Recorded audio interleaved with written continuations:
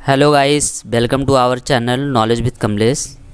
आज की वीडियो में हम लोग बात करेंगे डिस्काउंट क्या होता है, बैड डेब्ट्स क्या होता है और इन सब की जनरल एंट्री करेंगे, expenses on asset and depreciation. तो अभी तक आपने मेरा चैनल सब्सक्राइब नहीं किया है तो जल्दी से सब्सक्राइब कर दीजिए, क्योंकि आपको पता है कि हम टैली का basic to advance course launch किए हैं। तो अभी हम आपको बेसिक अकाउंटिंग पढ़ा रहे हैं, फंडामेंटल ऑफ अकाउंटिंग, क्योंकि टैली सीखने के लिए आपको सबसे पहले फंडामेंटल ऑफ अकाउंटिंग आना बहुत ज़रूरी है। तो चलिए वीडियो को स्टार्ट कर लेते हैं।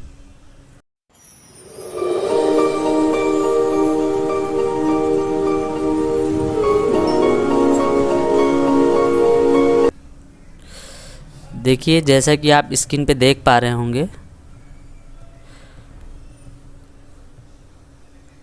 Discount, types of discount. जो पहला हमारा डिस्काउंट होता है वो कैश डिस्काउंट होता है, और दूसरा जो डिस्काउंट होता है वो ट्रेड डिस्काउंट होता है। तो अब ये समझते हैं कि कैश डिस्काउंट क्या होता है और ट्रेड डिस्काउंट क्या होता है।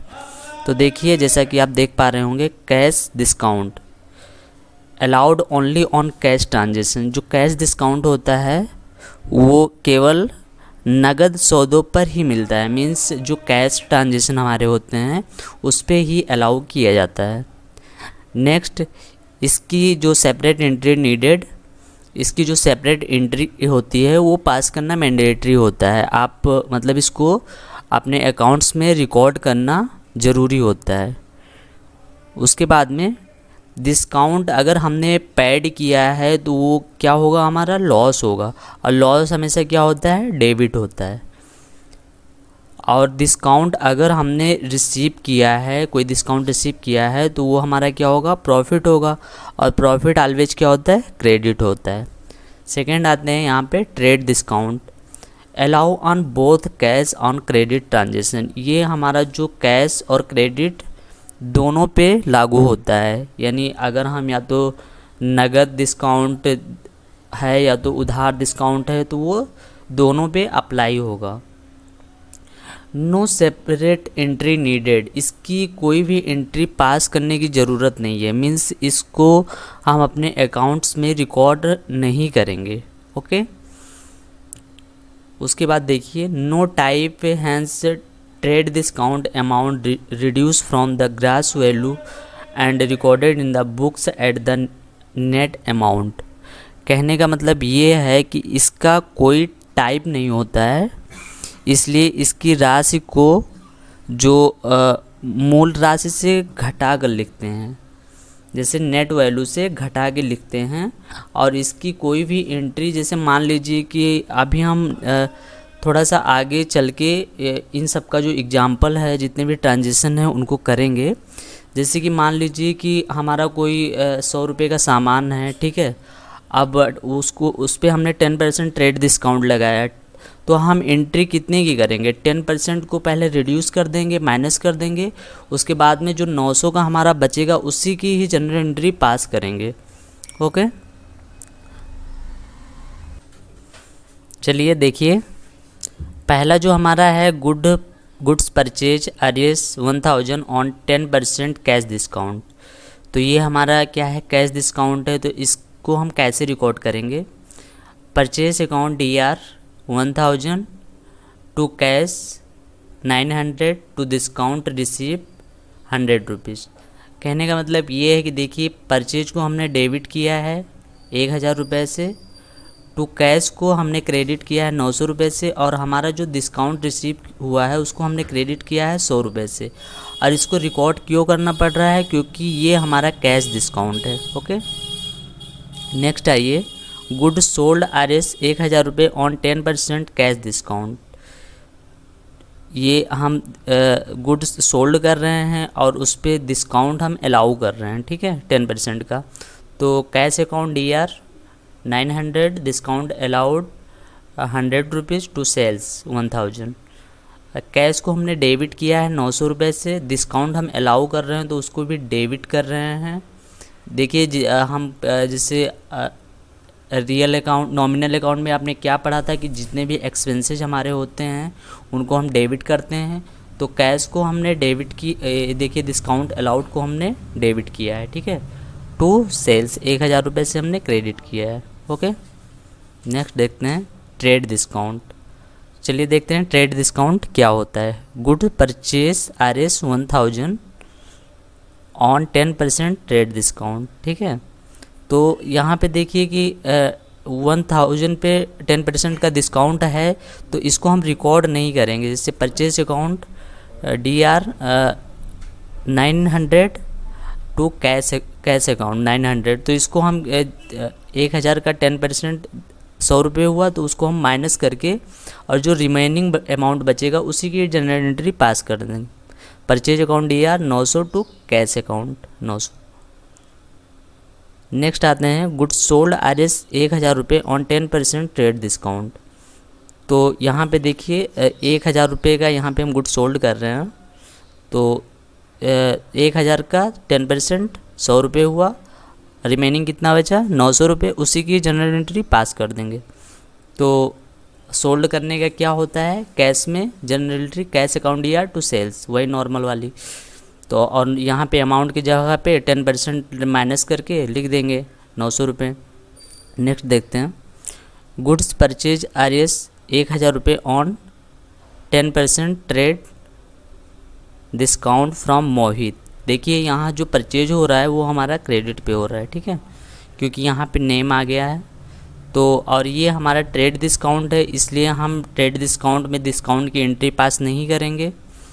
तो परचेज अकाउंट DR 900 रुपये, 900 रुपये हमने क्यों लिखा, क्योंकि 1000 रुपये में 10% माइनस किया है 100 रुपये, तो यहाँ 900 टू मोहित, जो नॉर्मल एंट्री पास करते थे, लेकिन हमने 10% माइनस किया है और डिस्काउंट की एंट्री हमने पास नहीं की है, ठीक है।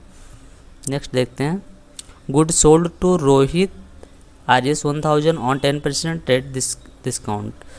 तो रोहित को हमने जो है सामान, जो भी माल वगैरह है वो हमने बेचा है 1000 रुपये, उस पर 10% ट्रेड डिस्काउंट दिया है। अगेन हम डिस्काउंट की एंट्री रिकॉर्ड नहीं करेंगे, क्योंकि ये हमारा ट्रेड डिस्काउंट है, लेकिन 10% हम माइनस करके अमाउंट को लिखेंगे, ठीक है। तो Rohit account DR to sales account, okay. चलिए नेक्स्ट देखते हैं फॉर सैम्पल। देखिए जब हमारा कोई भी बिजनेस होता है तो हम उसमें सैम्पल के लिए थोड़ा बहुत अपने गुड्स को डिस्ट्रीब्यूट करते हैं, ताकि लोग सैम्पल में ले जाएं और पता चले कि कैसा है। तो उसकी एंट्री हम कैसे रिकॉर्ड करेंगे, तो goods distributed as per sample RS 500, तो इसकी एंट्री क्या होगी, free sample account DR to purchase account. तो ये जो है परचेज में से माइनस हो जाएगा, ओके। नेक्स्ट देखते हैं चैरिटी। देखिए जब हमारा कोई भी बिजनेस होता है, कभी कभार क्या होता है कि हमको चैरिटी दान में देना होता है, कभी हम कोई चीज़ दान में दे देते हैं, तो उसकी एंट्री हम कैसे अपने अकाउंट्स में रिकॉर्ड करेंगे। तो goods given as a charity RS 500 रुपये, तो चैरिटी अकाउंट को डेबिट करेंगे 500 रुपये से टू परचेज अकाउंट 500 रुपये, ओके। नेक्स्ट देखते हैं loss by fire, goods destroy by fire RS 1000। कभी कभार क्या होता है कि सपोज मेरा कोई फर्म है या कोई बिजनेस है, उसमें वो किसी तरह का लॉस हो गया, आग वगैरह लग गया, ठीक है। तो अगर उसमें जो भी हमारे प्रोडक्ट डिस्ट्रॉय हुए हैं उनकी जनरल एंट्री कैसे पास करेंगे, जो भी लॉसेज हुआ है, ठीक है। तो देखिए loss by fire account DR 1000 to purchase account 1000, okay. Next देखते हैं insurance claim, company accepted the claim RS 1000 रुपये, ठीक है। हमारा सपोज कि यहाँ ऊपर माल जितना भी डिस्ट्रॉय हुआ था, अब हमने उसका इंश्योरेंस करवाया था, तो इंश्योरेंस हमारा जो है कंपनी ने एक्सेप्ट कर लिया है, अब हम उसको क्लेम करेंगे, तो उसकी जनरल एंट्री क्या होगी। तो देखते हैं इंश्योरेंस कंपनी अकाउंट DR 1000 रुपये to loss by fire account 1000 रुपये, ठीक है। इसकी जनरल एंट्री ये हुई, इंश्योरेंस कंपनी अकाउंट को डेबिट करेंगे और लॉस बाय फायर अकाउंट को क्रेडिट करेंगे। नेक्स्ट देखते हैं लाइव स्टॉक। जैसे मान लीजिए लाइव स्टॉक क्या होता है कि जो हमारा लिविंग थिंग होता है, जिसमें जान होती है, वो हम कभी परचेज करते हैं तो वो हमारा लिव स्टॉक में आता है, ठीक है। तो यहाँ पे देखिए परचेज ये हॉर्स RS 1000 रुपये, हमने एक घोड़ा ख़रीदा है, ठीक है, 1000 रुपये का। तो उसका एंट्री क्या होगा, तो livestock account DR 1000 to cash account 1000, okay. Next देखते हैं बैड डेब्ट्स। देखिए बैड डेब्ट्स क्या होता है कि जब हम कभी अपना बिजनेस स्टार्ट करते हैं तो हमारे कुछ जो तो देखिए बैड डेब्ट्स क्या होता है, जब हम किसी को क्रेडिट पे माल सेल करते हैं तो वो हमारे क्या होते हैं, डेटर होते हैं। तो कुछ डेटर ऐसे होते हैं कि हम उसको क्रेडिट पे माल सेल कर देते हैं, लेकिन हमको लगता नहीं है कि उनसे पैसे जो है रिकवर हो पाएगा। तो हम उसके लिए एक बैड डेब्ट्स पहले से ही क्रिएट करके रखते हैं, जो कि हमको लगता नहीं है कि हमारा जो पैसा है वो रिकवर हो पाएगा। तो उसी को क्या कहते हैं, बैड डेब्ट्स कहते हैं। वो रिकवर भी हो सकता है, नहीं भी रिकवर हो सकता है, ठीक है। तो उसका क्या होगा, गुड सोल्ड टू रवि 1000 रुपये, ठीक है। तो रवि को हमने माल बेचा है 1000 रुपये से, उसका बैड डेब्ट्स हमने क्रिएट किया है। तो उसकी क्या हो एंट्री क्या होगा, तो रवि अकाउंट DR 10,000 रुपये टू सेल्स अकाउंट, ठीक है।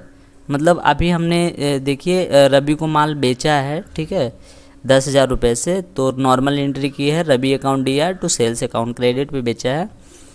उसके बाद में receive 6000 from Ravi in the full settlement. देखिए हमने कितने का बेचा था, 10,000 रुपये का बेचा था, लेकिन फुल सेटलमेंट वो कितने पे करवा रहा है, 6000 पे करवा रहा है। यानी हमारा जो 4000 रुपये है वो बैड डेब्ट्स हो गया, ठीक है, मतलब वो रिकवर नहीं हो पाया। तो अब हम कैसे करेंगे एंट्री, कैश अकाउंट DR 6000 रुपये, बैड डेब्ट्स अकाउंट DR 4000 रुपये, क्योंकि 4000 रुपये हमारा बैड डेब्ट्स हो गया तो उसको हम डेबिट करेंगे और टू रवि अकाउंट 10,000 रुपये से, ओके। चलिए नेक्स्ट देखते हैं बैड डेब्ट्स रिकवर्ड। अब अगर हमारा कोई बैड डेब्ट्स है वो रिकवर्ड हो गया तो हम उसकी एंट्री कैसे करेंगे, हालांकि एक एंट्री हम पहले भी कर चुके हैं, चलिए देख लेते हैं। Bad debts recovered from the Ravi and received RS 4000 रुपये। देखिए जो हमारा बैड डेब्ट्स हो गया था रवि के पास 4000 रुपये का, कि जो वो हमको नहीं दिया था, फुल सेटलमेंट हो गया था उसके साथ, वो अब हमको रिकवर्ड हो रहा है, रवि हमको वो 4000 रुपये दे रहा है, ठीक है। तो उसकी एंट्री कैसे होगी, तो कैश अकाउंट DR 4000 रुपये to bad debts recovered account 4000 रुपये, ठीक है। कैश को डेबिट करेंगे क्योंकि कैश आ रहा है, और किससे आ रहा है, बैड डेब्ट्स रिकवर्ड हो रहा है, उसको क्रेडिट कर देंगे 4000 रुपये से। नेक्स्ट देखते हैं एक्सपेंसेज ऑन एसेट, ठीक है। जो हमारे एसेट पे जो भी संपत्तियों पे जो भी एक्सपेंसेस खर्चे होते हैं उनको कैसे रिकॉर्ड करते हैं, तो purchase machinery RS 20,000 from star limited. हमने कुछ मशीनरी ख़रीदा है जो कि स्टार लिमिटेड से ख़रीदा है, उसकी एंट्री कैसे करेंगे। तो देखिए मैं आपको भूल गया था बताना कि जब भी हमारा फिक्स एसेट होगा तो उसमें परचेज ना आके जो भी एसेट होगा उसका नाम आ जाएगा, ठीक है।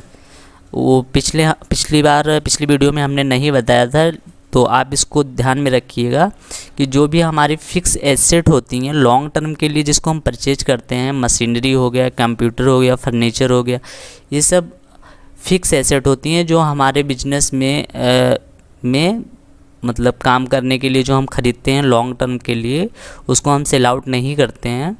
उनकी जब एंट्री करेंगे हम तो उनको परचेज के जगह पे उनका नाम रिकॉर्ड करेंगे, ओके। चलिए देखते हैं मशीनरी अकाउंट DR 20,000 रुपये टू स्टार लिमिटेड, क्योंकि यहाँ नेम आ रहा है तो क्रेडिट भी हो रहा है, तो स्टार लिमिटेड का नाम आ रहा है, ठीक है। चलिए नेक्स्ट देखते हैं paid wages for installation of the machinery. देखिए जो हमने मशीनरी ख़रीदा था उसको हमको इंस्टॉल करवाना है, तो उसके लिए हम वेजेस पे कर रहे हैं, उसकी एंट्री कैसे होगी, तो machinery account DR to cash account, ठीक है। मशीनरी को डेबिट करेंगे 1000 रुपये से टू कैश 1000 रुपये, ओके। नेक्स्ट देखते हैं डिप्रिसिएशन।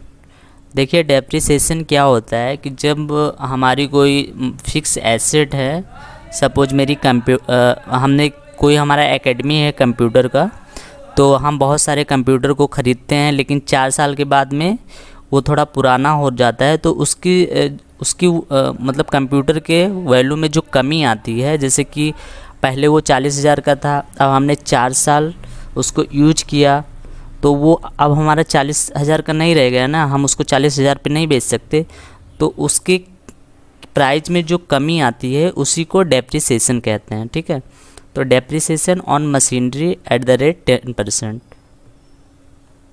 तो देखिए मशीनरी पे हम 10% डिप्रिसिएशन लगा रहे हैं। ठीक है, तो इसका एंट्री क्या होगा, डेप्रिसिएशन अकाउंट DR 2100 रुपये टू मशीनरी अकाउंट 2100 रुपये। ओके, तो चलिए आज की वीडियो में बस इतना ही, और अभी तक आपने मेरा चैनल सब्सक्राइब नहीं किया है तो जल्दी से सब्सक्राइब कर लीजिए, क्योंकि अभी हम फंडामेंटल ऑफ अकाउंटिंग पढ़ा रहे हैं। जल्द ही हमारे टैली का वीडियो अपलोड होने लगेगा। तो चलिए मिलते हैं अगली वीडियो में, तब तक के लिए जय हिंद, वंदे मातरम।